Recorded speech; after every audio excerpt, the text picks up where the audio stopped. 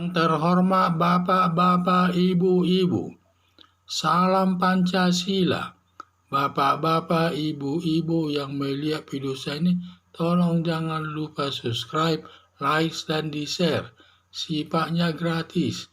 Pada hari Minggu tanggal 31 Juli tahun 2022 ini, saya akan mengomentari Jaksa Agung telah memeriksa kasus korupsi Tower PLN senilai 16 triliun milik Yusuf Kala tahun 2016. Jaksa Agung telah memeriksa kasus korupsi atas Tower PLN senilai 16 triliun milik Yusuf Kala tahun 2016. Kasus lama tersebut diperiksa kembali oleh Kejaksaan Agung dan semua alat buktinya sudah cukup, dan Jaksa Agung menyatakan perkara Tower PLN ini akan sampai ke pengadilan. Atas pengungkapan kasus Tower PLN membuat Yusuf Kala sangat ketakutan.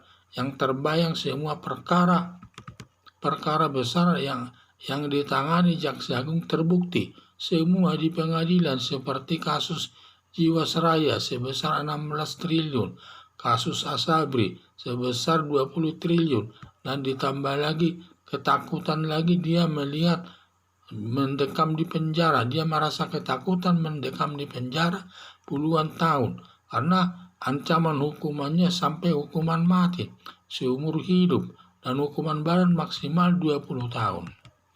Perbuatan Yusuf Kala atas kasus Tower PLN merupakan kasus korupsi yang merugikan keuangan negara sebesar 16 triliun.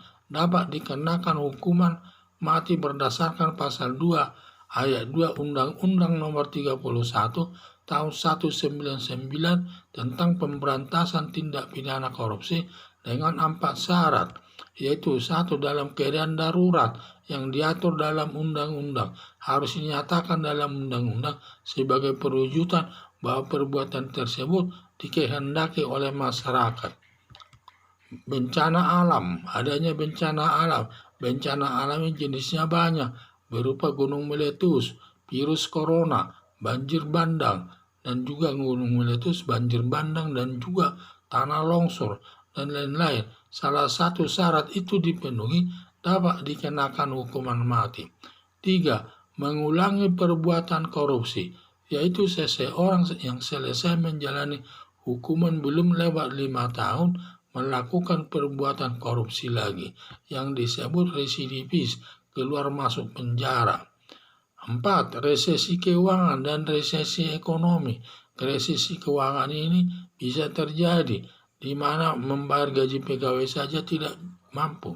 Resesi ekonomi di mana bahan-bahan semua barang-barang tidak laku, sepi, sehingga pada saat itu melakukan korupsi dapat dikenakan hukuman mati.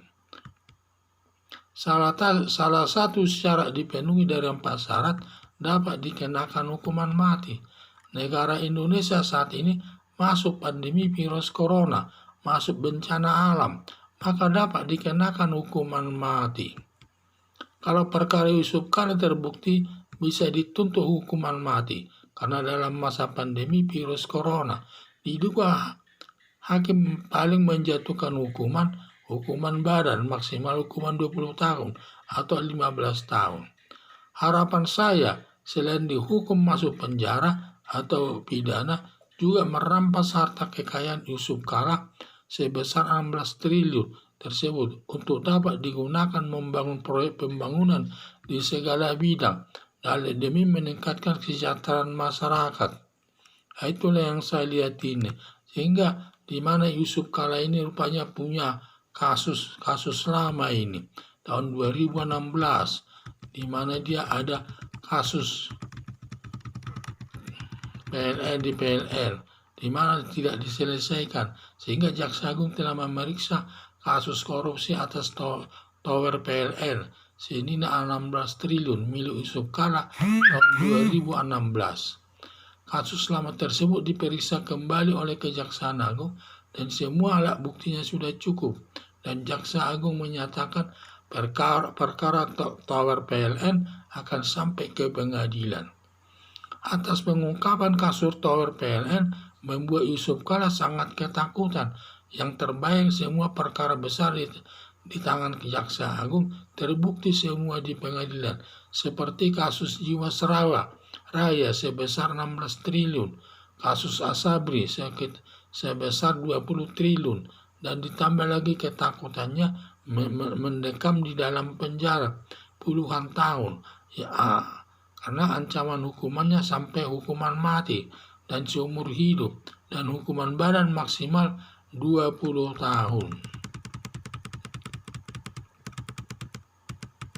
Perbuatan Yusuf Kala atas kasus Tower PLN merupakan kasus korupsi yang merugikan keuangan negara sebesar 16 triliun, dapat dikenakan hukuman mati berdasarkan pasal 2 ayat 2 Undang-Undang Nomor 31 Tahun 1999 tentang pemberantasan tindak pidana korupsi dengan 4 syarat, yaitu dalam keadaan darurat yang diatur dalam undang-undang. 2. Bencana alam berupa gunung meletus, virus corona, banjir bandang. Mengulangi perbuatan korupsi, yaitu seseorang baru selesai menjalani hukuman, belum lewat 5 tahun, sudah melakukan korupsi lagi, yang disebut residivis.